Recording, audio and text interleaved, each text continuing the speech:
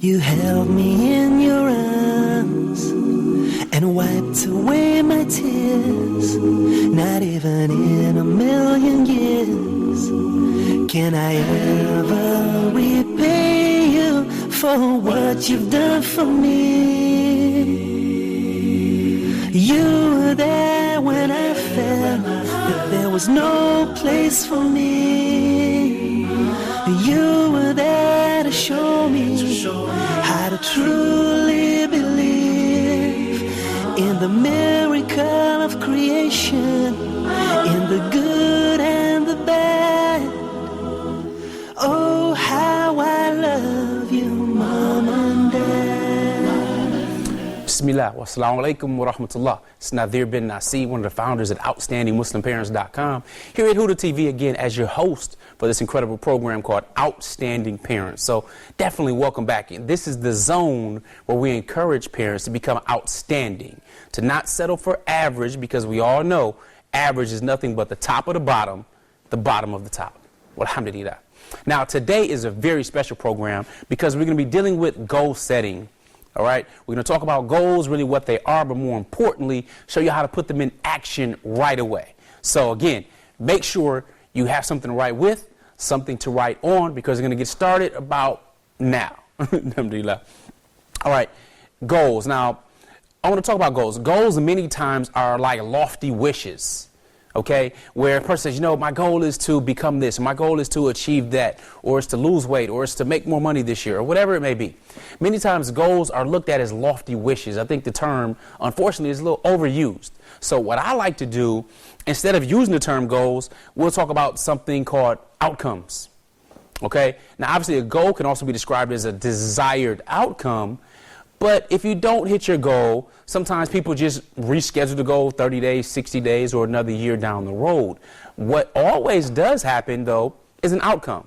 So one way or another, you are going to have an outcome. Whether or not you achieve that goal or achieve the desired outcome is really up to you. But inshallah, we want to put some things in play today to help you have more success toward achieving that outcome. Now, one of the interesting things about human beings is that we plan. We may not necessarily like to plan some things, but when it comes to our life, we really lack in that area. For example, we plan for vacations.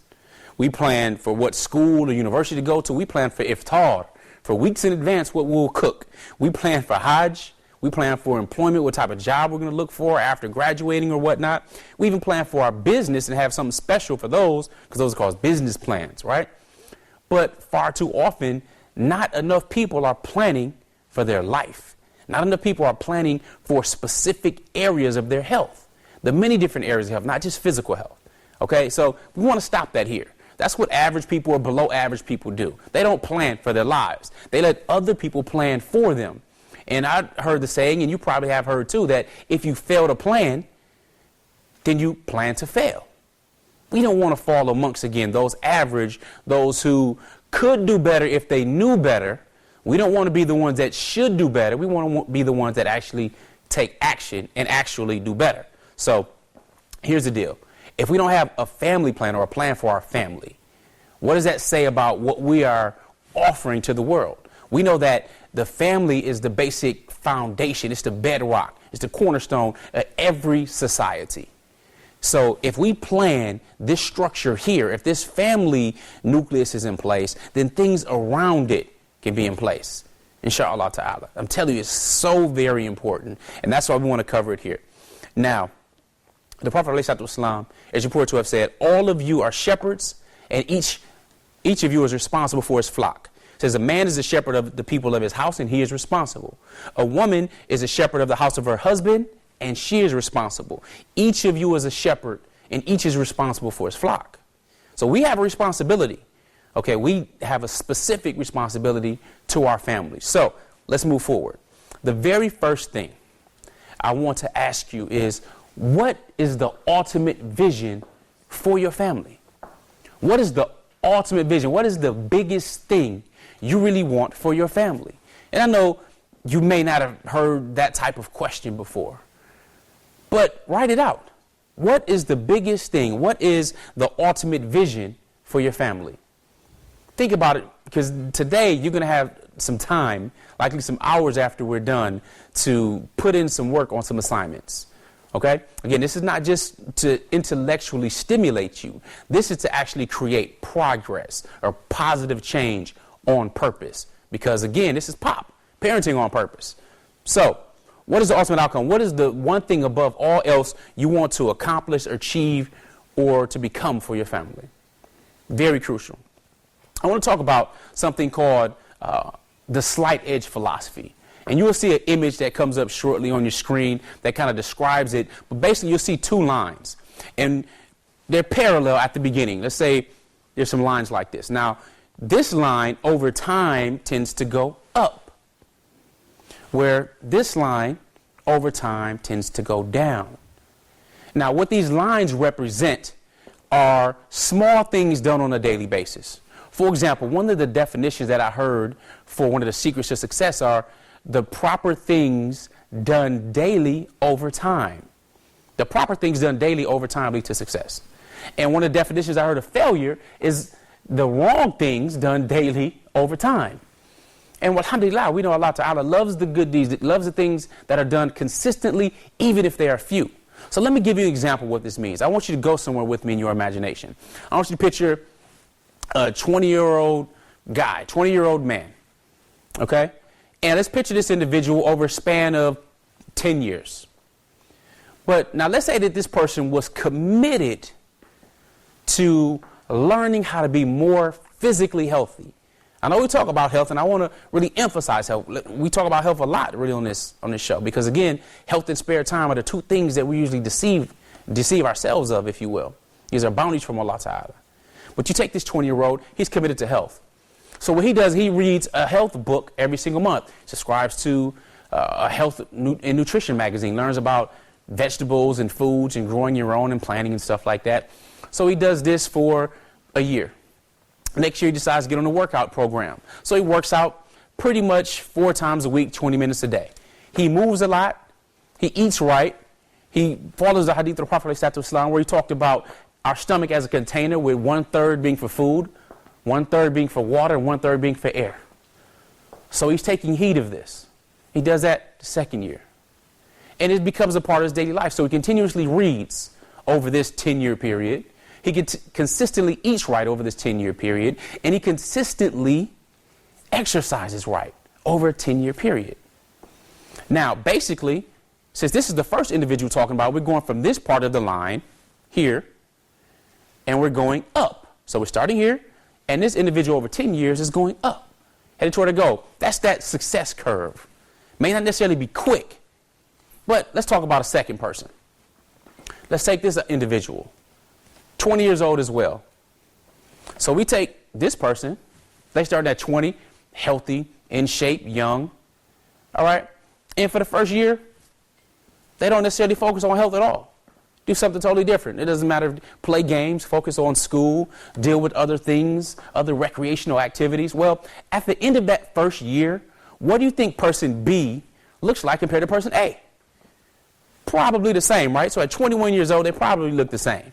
Okay, so person A has been reading some books and stuff like that. Person B hasn't been reading at least health books. He hasn't made that commitment to health. Well, what about 5 years down the road? Again, person A is already committed to reading these different books, maybe listening to audios, eating healthy, and on a great exercise program. Now, person B hasn't. Now, 5 years, they're not all the way down to necessarily failure, but 5 years, they start to not be able to keep up as much as person A. But let's look at them in the next 5 years. What happens to person B? They continue to eat fast food, genetically modified foods high in carbs or different starches, and the foods that taste good but aren't good for us, and the stuff that we think is food that isn't really food. Is that going to affect them over the next 5 years? Of course, we're going to say yes, it is going to affect them. Not being able to digest certain foods, getting lazy, gathering more fat around the midsection. So now they go from 25 to 30. This individual, based upon their eating and lack of exercise program, lack of eating right, over 5 years goes down. Bad decisions made daily over time. However, again, remember this first example, person A. This person went up. So with that, we have to understand that's called the slight edge. That's a slight edge philosophy. It's the little things done on a daily basis. Now, we can apply this to other areas. Let's say you're studying Islam and you want to make sure that you're on top of things. So what you want to do is you want to take 1 hour a day and you're studying Quran. You're memorizing Quran. You want to memorize Juz Amma, let's say, in 60 days. So every day you learn 5 lines of Quran. Understand there's about 15 lines on every single page of Quran, right?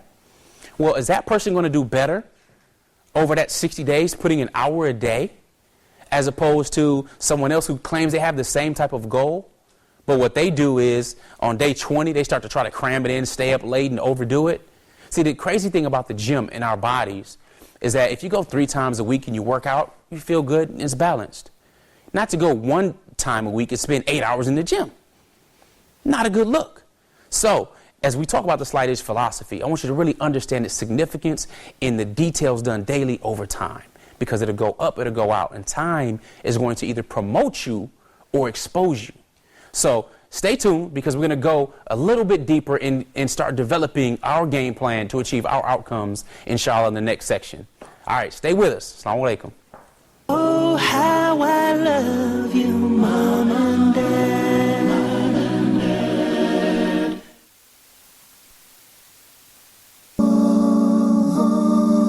Allah is my heart's speech.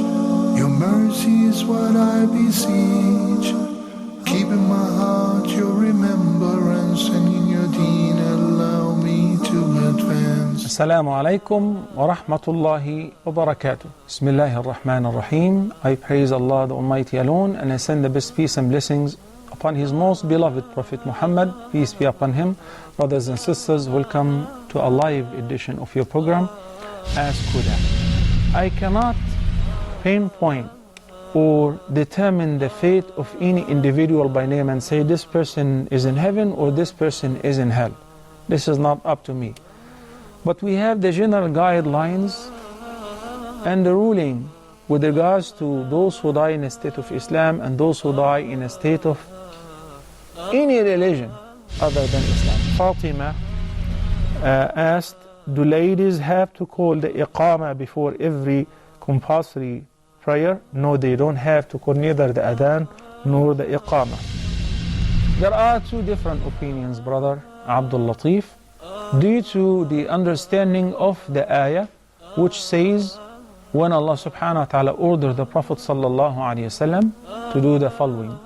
He said, يا أيها النبي قل لأزواجك وبناتك ونساء المؤمنين يدنين عليهن من جلابيبهن ذلك أدنى أن يعرفن فلا يؤذين. And the names of Allah, brother Abu Bakr, should be tawqifiyah. The term tawqifiyah means we do not suggest to Allah a name. We do not ascribe to Him a name based on our assumption.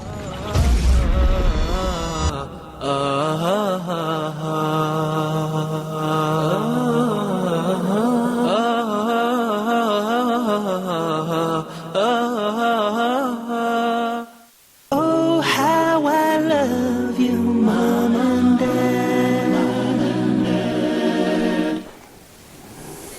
Assalamu alaikum wa rahmatullah. Welcome back. All right, well, alhamdulillah, since we just finished discussing the slight edge philosophy, we want to talk about how we can put it in our lives. Okay? Now, again, as we talked about last episode, we talked about a few different areas of a curriculum.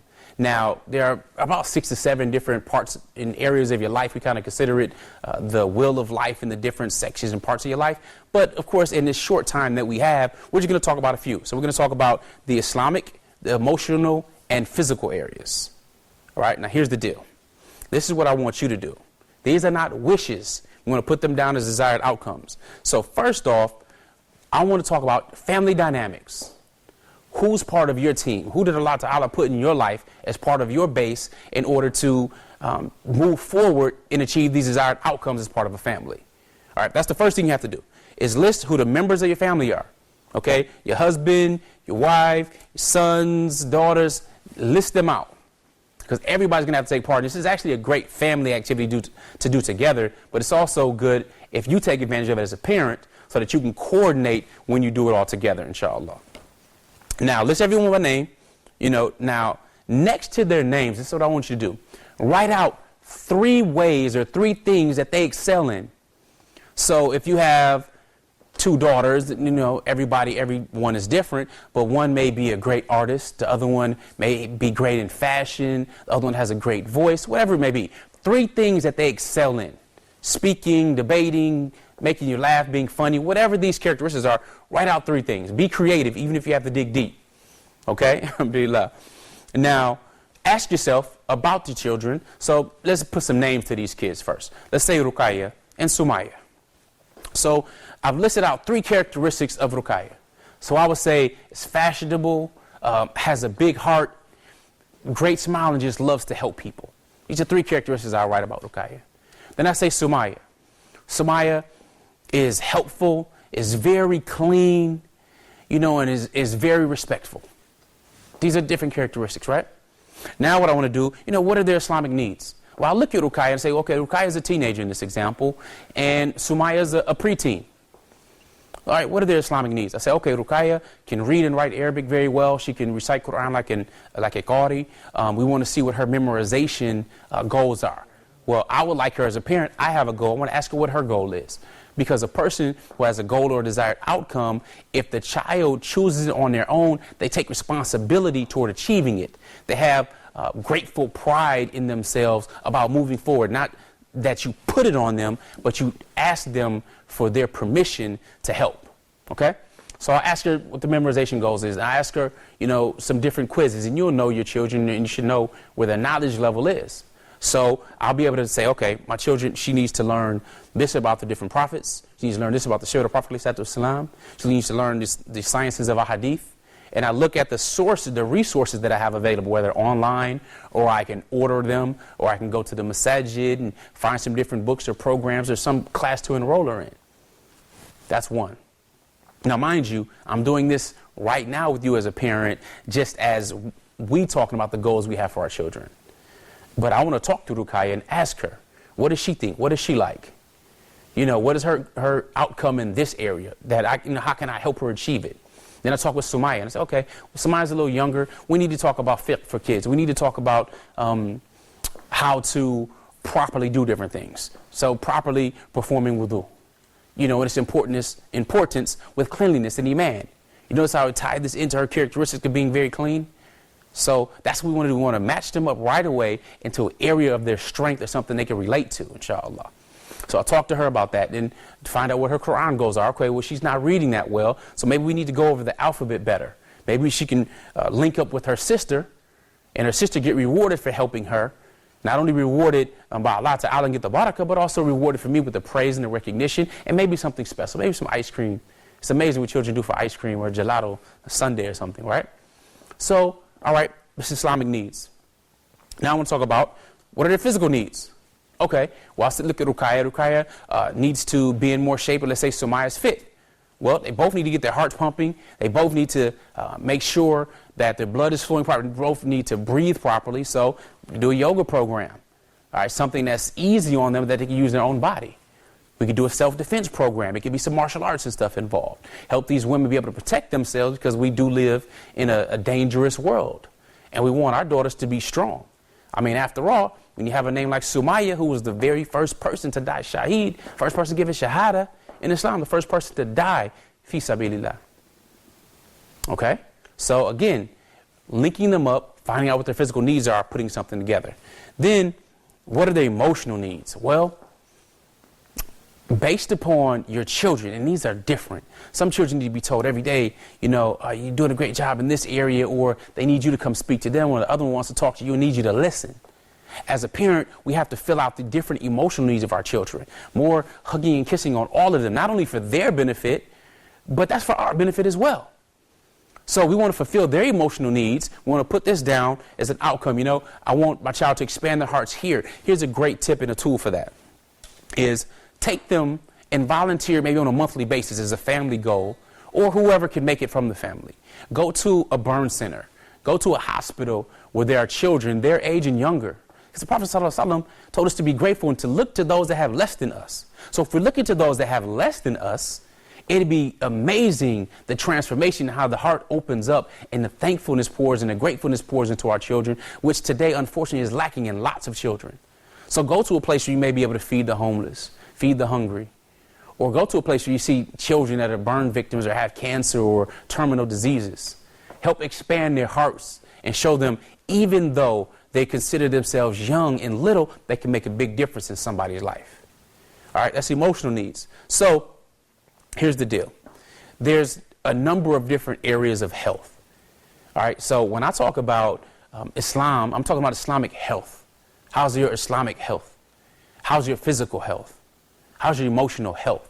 All of this is part of a healthy lifestyle, a holistic lifestyle, a balanced lifestyle with the Muslim. So with this, for example, let's say you have a son named Yusuf, right? Now, we want him to memorize the Quran or memorize 3 surahs in the next 30 days, right? If that's the case, well, his new Islamic outcome is going to be 30 days from now, he's memorized 3 surahs. Well, okay, great. Choose which one and develop a simple strategy.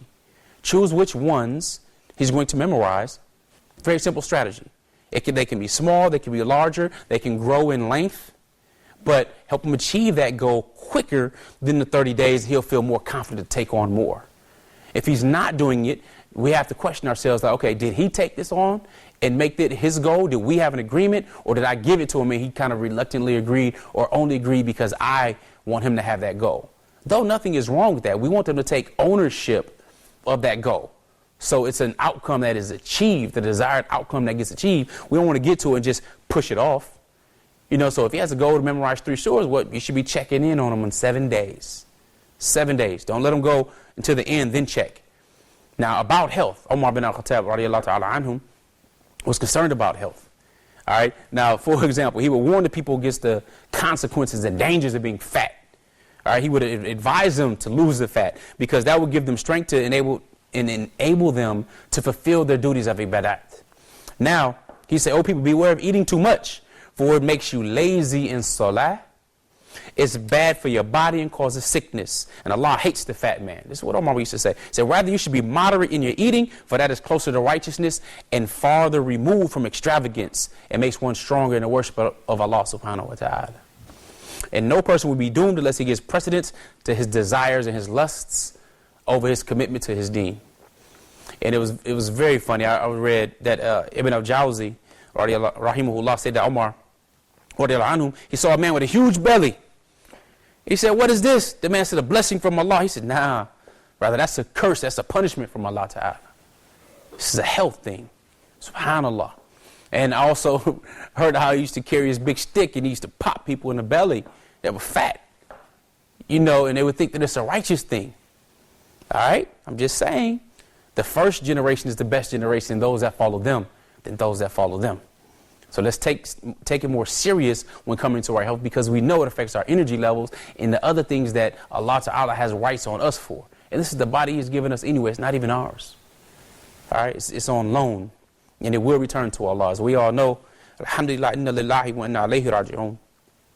Now, emotional health. We talked about the importance of hugs and kisses. This is something that can be done daily, should be done daily. Release oxytocin, give each other energy, talk about your love, build a family nurturing environment. If I were to ask you, did you come from a great nurturing environment? It's crazy, but it's about 80% of families or people that are asked that question say, no, I didn't really come from a strong, supportive, nurturing, caring family.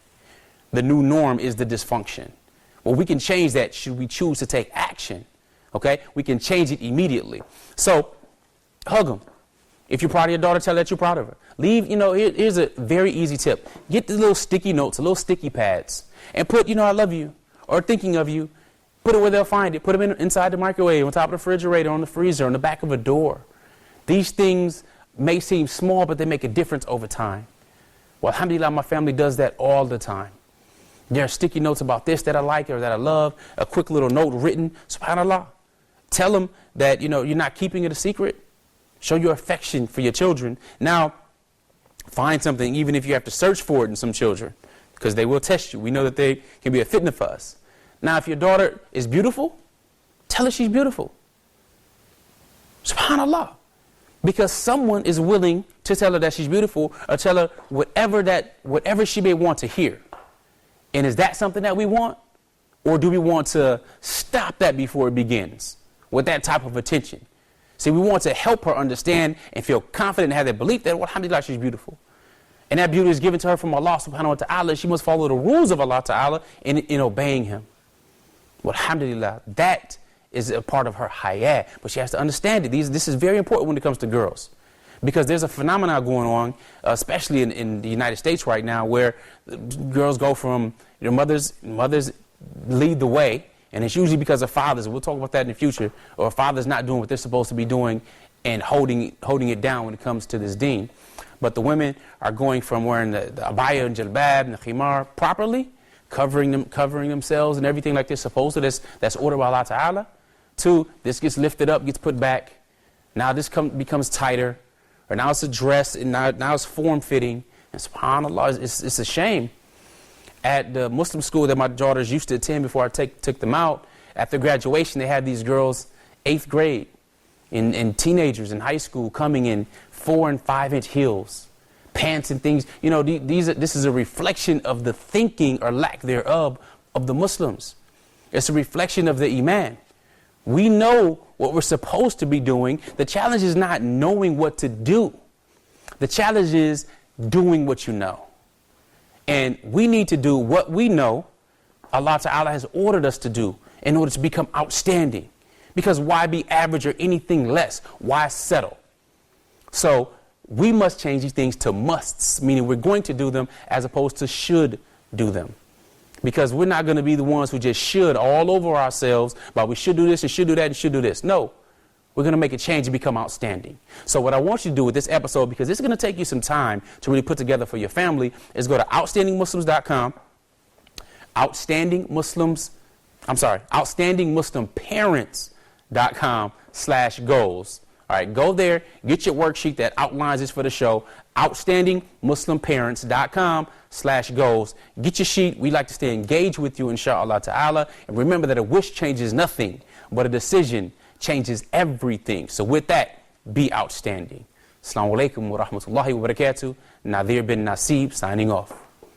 Well, my world was crumbling down, and you tried your best to shelter me from the coming of the storm. You opened my eyes to see that all hope was not gone.